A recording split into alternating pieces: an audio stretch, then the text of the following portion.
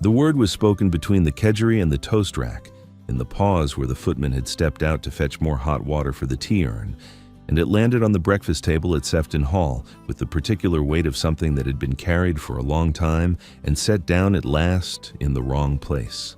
Lady Sybil Sefton did not raise her voice when she said it. She never raised her voice. She had spent 34 years perfecting the art of delivering a wound in the same register one might use to comment on the weather.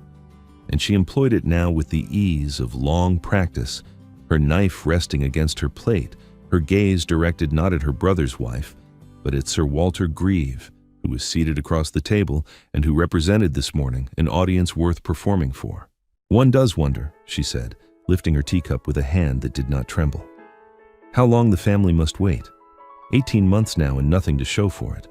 But then I suppose that is the risk one takes when one selects a broodmare for temperament rather than pedigree." The silence that followed was not empty. It was architectural.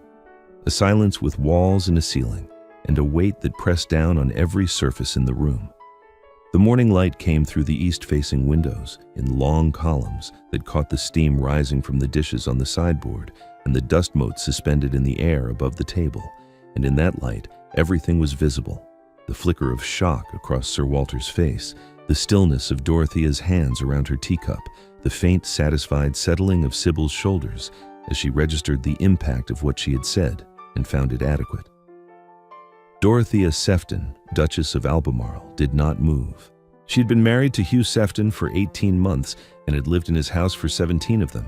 And in that time, she had learned the particular architecture of Sybil's cruelty, the way one learns the drafts in an old house, by feeling them, by mapping them, by understanding which doors to keep shut. The comments had begun on the first morning, when Dorothea had come down to breakfast in a dress of pale green muslin, and Sybil had looked at her with the expression of a woman inspecting a horse that had been misrepresented at auction. They had continued through the autumn and the winter and the spring, small, precise incisions delivered in the drawing room, at dinner, during calls, always in the same mild voice, always with the same careful calibration that ensured each remark could be defended as observation rather than attack. The green of the muslin did not suit her complexion. The arrangement of flowers in the morning room was not how their mother had done it. The tenants preferred to deal with someone who understood the estate's history, meaning someone who was not Dorothea. The dinner menu was ambitious for a woman who had not been raised with a French cook. The pianoforte in the drawing room had been their mother's and perhaps ought not be played by hands that had not been properly trained upon it. Dorothea had absorbed each one. She had not responded, not because she lacked words, but because she understood, with the particular intelligence of a woman who had grown up as the fourth of 5 daughters in a house where resources were scarce and observation was survival, that Sybil's power depended on the response. Each remark was a hook cast into still water. To take it was to be caught. To leave it was to let it rust and sink. But this was different. This was not a draft through a closed door. This was the door taken off its hinges. Hugh Sefton, 5th Duke of Albemarle, had been reading his correspondence. He kept the habit of bringing letters to the breakfast table, a practice his father had maintained and which Sybil had always tolerated because their father had done it and therefore it was correct. He had been reading a letter from his steward at the northern estate, a report on drainage that required his attention but not his alarm, and he had been aware of Sybil's voice in the way that one is aware of weather, present, familiar, not requiring engagement. He heard the word. Not immediately. It arrived a half-second late, as though his mind had initially refused to process it, and then, finding no alternative, delivered it with reluctant clarity. He heard broodmare. He heard temperament rather than pedigree. He heard the precise, practiced calm of his sister's voice, deploying a word that reduced his wife to livestock in front of a guest at his own table. He set down the letter. He set down his knife. The knife made a sound against the plate, not loud, not dramatic, but distinct in the way that a small, precise sound is distinct when it occurs in a room where everyone has stopped breathing. It was the sound of a man putting something down because his hands required emptying, because what he was about to do needed hands that held nothing. Sir Walter Grieve, who had known the Sefton family for 20 years and had accepted the breakfast invitation because he was fond of Hugh, and because the ride from his own estate at Thornley was pleasant in late spring, sat with his fork suspended 2 inches above his plate. He was a man of 53 who had survived a marriage, a widowhood, and the French wars, and he recognized with the instinct of long experience that the temperature in the room had just dropped below the point where polite fiction could sustain itself. He did not look at Dorothea. He did not look at Sybil. He looked at Hugh and saw something he had never seen in his friend's face. Not anger, which would have been manageable, but the flat, still attention of a man who has just understood something about his own household that he cannot ununderstand. Sybil. One word. Her name. Spoken without heat, without volume, in the voice he used for matters that did not admit discussion. It was the voice he used in the House of Lords when a point of order had been violated, precise, final, carrying the weight of a man who understood that authority, properly exercised, did not require force. Sybil looked at him. Her expression shifted, not into alarm, not yet, but into something adjacent to it, the recognition that a familiar landscape had changed. She had heard her name spoken by her brother 10,000 times. She had never heard it spoken like this. "I beg your pardon? You will apologize to the Duchess." The instruction was not delivered as a request. It was delivered as information, a description of what would happen next, stated with the certainty of a man describing the position of the sun. Sybil's hand tightened around her teacup. The porcelain was Sèvres, part of a set their mother had brought to the house 40 years ago, and the delicacy of the cup against the force of her grip was the only visible sign that she understood the ground had moved beneath her. "Hugh, I hardly think you will apologize to the Duchess. You will do so now, and then you will leave this table." Sir Walter set his fork down with great care. He understood that he was witnessing something that did not require his participation and would not benefit from his commentary. And he gave his attention to the butter dish with the intense focus of a man attempting to become invisible through the study of dairy. Sybil looked at her brother.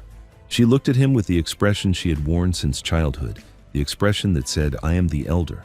I am the one who knows. I am the one who has always been here." It was an expression that had governed their household since their mother's death 14 years ago, when Sybil had stepped into the vacancy with the seamless authority of a woman who had been rehearsing for the role since birth. She had managed the house, she had managed the staff, she had managed the social calendar and the county relationships in the London season, and she had managed Hugh, gently, firmly, with the affectionate condescension of a sister who believed her brother needed managing and had never been given evidence to the contrary. "I spoke carelessly," Sybil said. Her voice had not changed register. She was attempting to return the conversation to the temperature at which she operated, cool, controlled, the temperature at which her authority functioned. "I did not mean—" "You meant precisely what you said. You've been meaning precisely what you say for 18 months. And I have permitted it because I did not hear it clearly until this morning. I hear it now." He paused. The pause was not for effect. It was the pause of a man choosing his next words with the care of a man who understands that what he says next will rearrange his household permanently. "You will apologize to my wife. Then you will leave this room. After breakfast, I will have Mrs. Pendle prepare your things. You will remove to the Dower House by this evening." The Dower House. The words struck the table with more force than anything that had preceded them. The Dower House at Sefton Hall stood at the far edge of the park, a handsome stone building of 8 rooms that had been occupied by their grandmother until her death, and had stood empty since, maintained by the estate, furnished, aired quarterly by Mrs. Pendle's staff, but empty. It was the house where women of the family went when they were no longer the most important woman in the great house. Their grandmother had gone there when their mother arrived as a bride. It was the house that said, "Your time at the center is over." Sybil understood this. Her face showed it, a crack in the porcelain, hairline but visible, running from the corners of her mouth to the set of her jaw. She had lived at Sefton Hall for 34 years. She had been born in the bedchamber above the library. She had managed the household through their mother's illness, their father's death, Hugh's early years as Duke when he was 23 and uncertain, and had leaned on her for everything from menu planning to the arrangement of his first county ball. She had been, in every way that mattered except title, the Duchess of Albemarle. And now, a woman from a family she considered unremarkable, a woman whose father was a country baronet with a modest house in Hampshire and whose accomplishments, in Sybil's private accounting, consisted primarily of being quiet and having good skin, had taken the title, and with it the position, and with it the brother who had once needed her, and now, it appeared, did not. "You cannot be serious." "I have not been less serious about anything in my life. Apologize. Leave the table. The dower house will be ready by 6 o'clock. Sybil turned to Dorothea. It was the first time she had looked directly at her since delivering the remark, and what she saw, though she would not have described it this way, because to describe it accurately would have required an honesty she was not equipped for, was the thing she had been trying to destroy for 18 months, composure. Not the absence of feeling, but the governance of it. Dorothea sat with her hands still around her teacup, her posture unchanged, her expression holding the particular quality of a woman who is enduring something without the need to be seen enduring it. She had not flinched at the word. She had not wept. She had not turned to Hugh with the pleading expression of a woman who required rescue. She had simply continued to exist, in her chair, at her table, in her house, with the steady presence of a woman who understood that the most powerful response to an attempt at erasure was to remain precisely where she was. "I spoke without thinking," Sybil said. The words were technically an apology. The tone was not. It was the tone of a woman complying with an instruction she intended to contest later, in private, where she believed her real power resided. "You will address the Duchess properly." Something moved behind Sybil's eyes, the last resistance of a woman who had governed unchallenged for so long that the experience of being corrected felt not merely unfamiliar, but structurally impossible, as though the walls of the house had shifted on their foundations. She straightened in her chair. She looked at Dorothea and said, in a voice that cost her more than anything she had ever said in her life, "I apologize, Your Grace. My words were unforgivable." Dorothea inclined her head. She did not speak. She lifted her teacup and drank.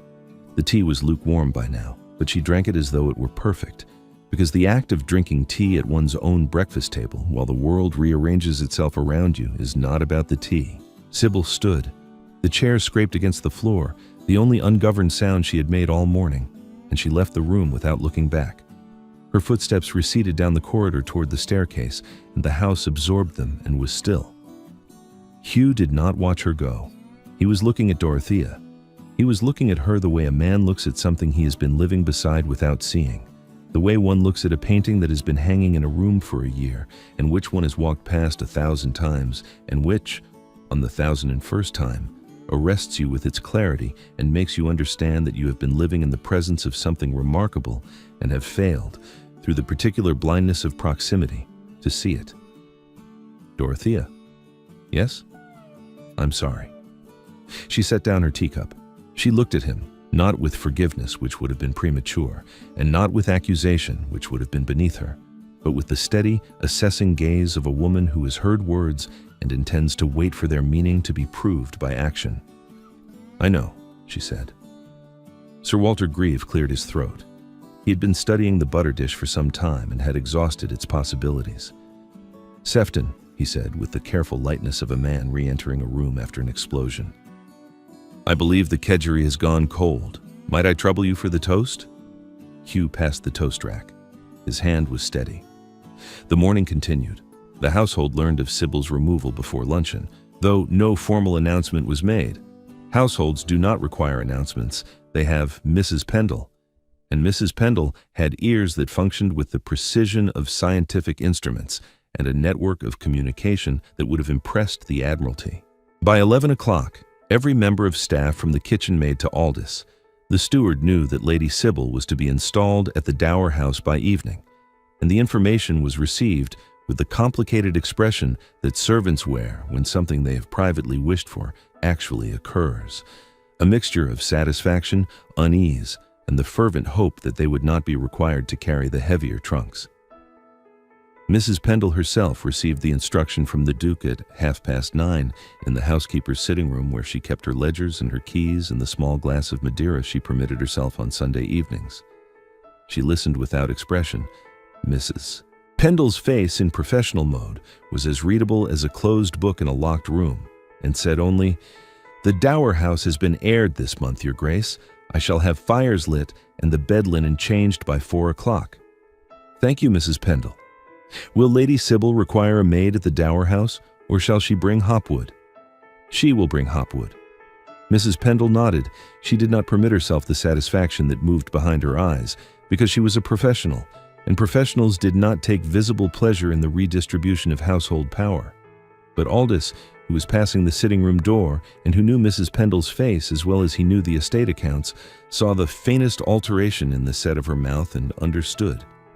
The dower house received its mistress at 10 minutes past 6. Sybil arrived in the smaller of the two carriages. She'd requested the landau and been told by Aldous, with the impeccable courtesy of a steward following instructions, that the landau was reserved for the Duchess's use and the brougham was available. It was a small thing, the carriage. It was not a small thing at all. She brought 4 trunks, hopwood, and the portrait of their mother that had hung in her bedchamber since childhood. She did not bring the Sèvres tea set, though she had used it every morning for 14 years because the Sèvres belonged to the house, and she understood, with the bitter clarity of a woman being taught the difference between residence and ownership, that she had been using it on loan. The dower house was comfortable. It was warm. It was, by any reasonable measure, a handsome establishment that most women of rank would have been grateful to occupy. Sybil walked through its rooms with hopwood trailing behind her, and felt each one as a diminishment, not of her comfort, which was adequate, but of her consequence, which was everything. Hugh came to her the following morning. Not to relent, she saw that immediately, in the way he stood in the doorway of the dower house drawing room with his hat in his hand, and his expression carrying the particular firmness of a decision that has been slept on and confirmed. He had come to explain, not to justify. Justification implied uncertainty, but to describe clearly and without anger what would change. You are welcome at the great house for dinner when we entertain. You are welcome to use the gardens and the library. You are not welcome to comment upon my wife's conduct, her person, her family, or her management of the household. These are not requests, Sybil. They are terms. Terms, she repeated the word as though tasting it. You are offering me terms in our mother's house. It is my house. It has been my house for 11 years, and it is Dorothea's house, which you have not once acknowledged since the day she arrived in it. That ends today. Sybil was quiet for a long time. She sat in a chair that had been her grandmother's and felt the full weight of what had happened, not as injustice, not yet, but as bewilderment. She had been the center of this household. She had raised Hugh through grief and the enormous responsibility of an inherited dukedom, and she had done it without thanks, because thanks was not what she wanted. What she wanted was permanence. What she wanted was to remain essential, and the arrival of a quiet woman from Hampshire had made her inessential, and she had responded to that loss the way a drowning person responds to water, by thrashing, by grasping, by pulling down whatever was nearest. She did not say any of this. She said, "Will you take tea?" Hugh sat. They drank tea together in the dower house drawing room, and neither of them spoke about what had happened, and neither of them pretended it had not happened, and the silence between them was not comfortable, but it was honest, which was better. At the great house, Dorothea moved through the day with the careful attention of a woman who understood that a shift in power required management, not celebration. She met with Mrs. Pendle at 10 o'clock, their usual morning conference conducted in the housekeeper's sitting room with the household ledger open between them, and reviewed the week's menus, the linen inventory, the arrangements for the tenants' spring dinner that she had been planning since February. Mrs. Pendle watched her across the ledger. She had watched many women manage this household, the old Duchess, who had been brisk and efficient, Lady Sybil, who had been commanding in particular, and now Dorothea, who was something else entirely. Dorothea managed through attention. She remembered the names of the kitchen staff's children. She knew which footman's mother was ill and had sent broth from the house kitchen. She had noticed in her first week that the second housemaid's shoes were worn through and had arranged for new ones without being asked and without making a performance of the kindness. She managed the way water manages a landscape, not by force, but by persistence, by finding the natural channels and following them, by being present so consistently that her absence would have been felt as drought. Mrs. Pendle, Your Grace? Lady Sybil will require a hamper sent to the dower house each week. The same provisions we send to the vicarage: bread, preserves, whatever is fresh from the kitchen garden, and a basket of cut flowers on Mondays. She is fond of the roses from the south border." Mrs. Pendle looked at her. It was the look of a woman who has just been given information she already suspected but had not confirmed, that the Duchess of Albemarle was not merely competent, but good in the old-fashioned sense of the word, in the sense that meant she would send flowers to the woman who had called her a broodmare at breakfast, because the flowers were right, and rightness was more important than satisfaction. "Yes, Your Grace." The roses arrived at the Dower House on Monday morning. Sybil looked at them for a long time. They were the pale ones from the south wall, the ones their grandmother had planted, the ones their mother had tended, the ones Sybil herself had claimed ownership of in the private geography of her heart. Dorothea had sent them. Dorothea, who had been in the house for 17 months and who knew which roses Sybil loved, because Dorothea noticed things, because noticing was what Dorothea did instead of performing. Sybil put the roses in water. She used a vase she found in the Dower House pantry, not the crystal she would have chosen at the Great House, but a simple cream-colored vessel that held the stems well enough. She set them on the windowsill where the morning light would reach them and stood looking at them for a long time, and what she felt was not gratitude, not yet, but the first distant stirring of something that might, with time and sufficient honesty, become it. The weeks passed. Hugh came to dinner at the Dower House on Thursdays, a standing arrangement that emerged without discussion, the way arrangements do in families where the formal has been stripped away and only the essential remains. They spoke about the estate. They spoke about the House of Lords, where Hugh was engaged in a debate on the enclosure bill that consumed his mornings and required him to travel to London on alternate weeks. They spoke about their father, occasionally, in the careful way that siblings speak about a parent whose absence has been absorbed but not forgotten. They did not speak about Dorothea, not because Hugh forbade it, but because Sybil was not yet able to speak about her without the conversation becoming a negotiation, and Hugh had made clear that negotiation was not available. The terms were the terms. Sybil could accept them, or she could sit in the Dower House and feel sorry for herself, and Hugh suspected she would do both simultaneously for some time before one won out over the other. He was right. By midsummer, Sybil had stopped sending Hopwood to the Great House for reports on the household, a habit she had maintained for the first 3 weeks, with the compulsive persistence of a woman who could not stop monitoring a machine she had once operated.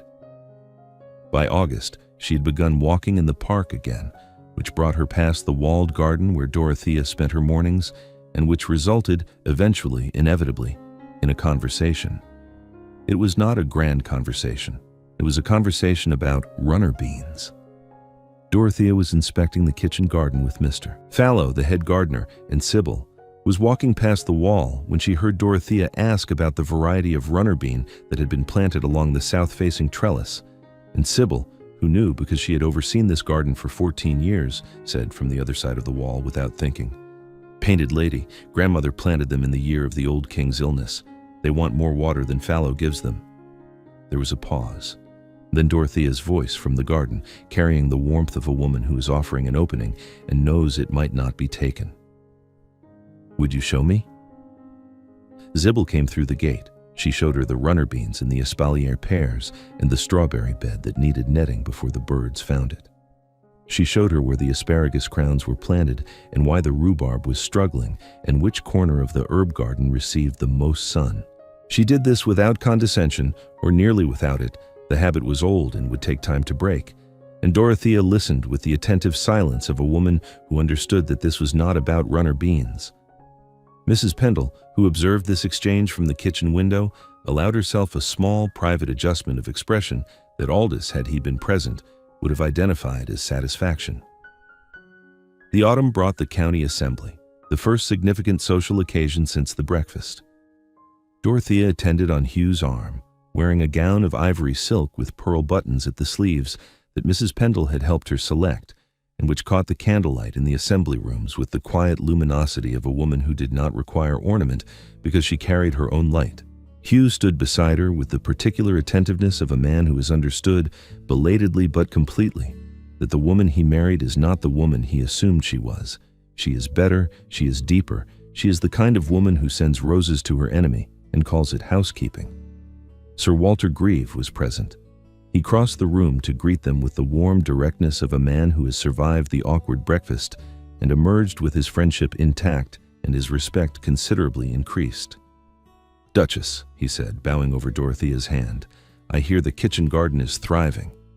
"The runner beans are especially fine this year," Dorothea said. "Lady Sybil advises more water and less sediment, and she is right on both counts." Sir Walter looked at Hugh. Hugh looked at his wife. There was something in his expression that Sir Walter had not seen before, not pride, which implied ownership, but recognition, which implied equality. The Duke of Albemarle was looking at the Duchess of Albemarle as though she were the most interesting person in the room, and in a room full of people who had been studying the Sefton marriage for 18 months with the avid attention of spectators at a theater, this did not go unnoticed. Lady Sybil attended the assembly. She arrived separately, in the brougham, wearing a gown of dark blue silk that their mother had once worn, and she entered the rooms and saw the way the company oriented itself around Dorothea and Hugh, not around Sybil, not any longer, and felt the loss of it like a phantom limb. But she also saw Dorothea turn toward the door when she entered, say something to Hugh, and cross the room toward her with the unhurried grace of a woman approaching someone she intended to include rather than avoid. "Lady Sybil, I am glad you came. Mrs. Fenton has been asking after your opinion on the altar flowers for Michaelmas. She trusts no one else's judgment, and I told her you would know exactly what was needed." It was a small thing, the altar flowers. It was not a small thing at all.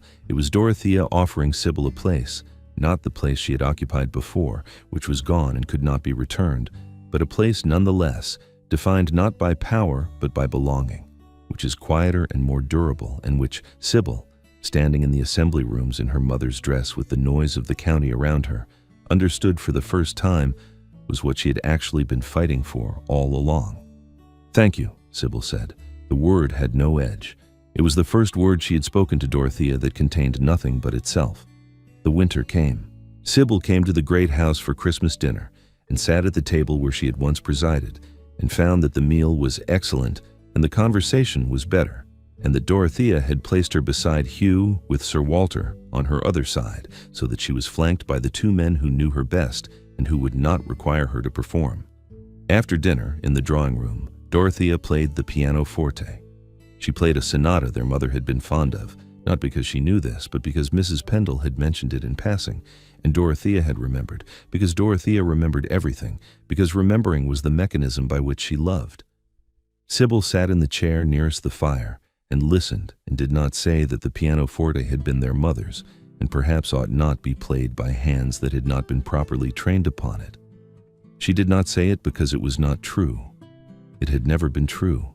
It had been a weapon, and she had set her weapons down, not all at once and not without cost, but steadily, the way one sets down heavy things when one's arms have finally grown tired of carrying them. Hugh watched his sister and his wife from the doorway. The firelight caught them both.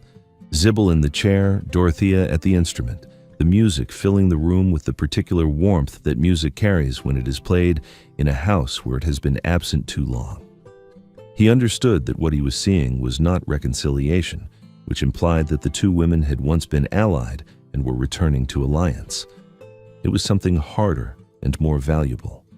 It was construction, the building of something that had never existed between them before, assembled from the materials of rupture, intended with the patience that only women seem to possess for the work of making a household into a home. The following spring, Dorothea told him she was with child. She told him in the garden, beside the runner beans, that Sybil had taught her to water properly on a morning when the light was new and the air smelled of wet earth and the south border roses were beginning to open.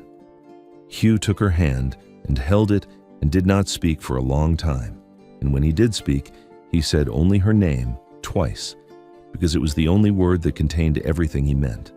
The child, a girl named Frances after their mother, was born in October in the bedchamber above the library where Sybil herself had been born 35 years before. Mrs. Pendle managed the household through the confinement with the efficiency of a woman who had waited for this particular task. The way a general waits for a campaign, she knows she will win. Aldous ensured the estate ran smoothly in the Duke's distraction. Sybil came to the great house on the third day.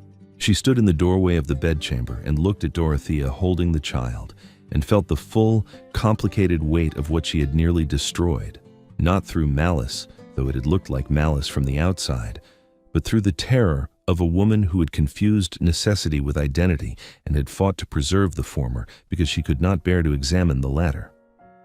"She has your hands," Sybil said.